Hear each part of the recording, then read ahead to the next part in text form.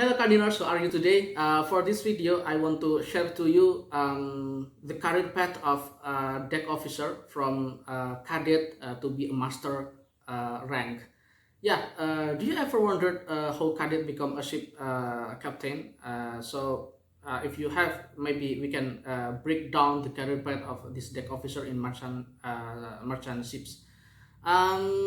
It will be start from the decadate. This is entry level position. Here you will train on board, learn navigation, safety, and also ship operation.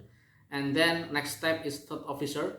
After completing the time and passing the exams, you become a third officer that is responsible for safety, equipment, and navigation charge.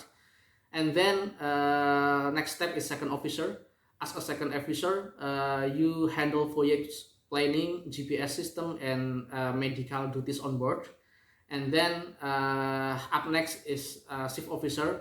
The chief officer or chief mate is a second in command. You manage cargo operation, crew, and ship stability.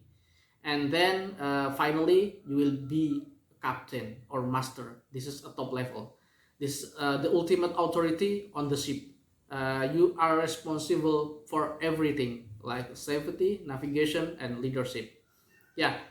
What the step to climb this ladder? To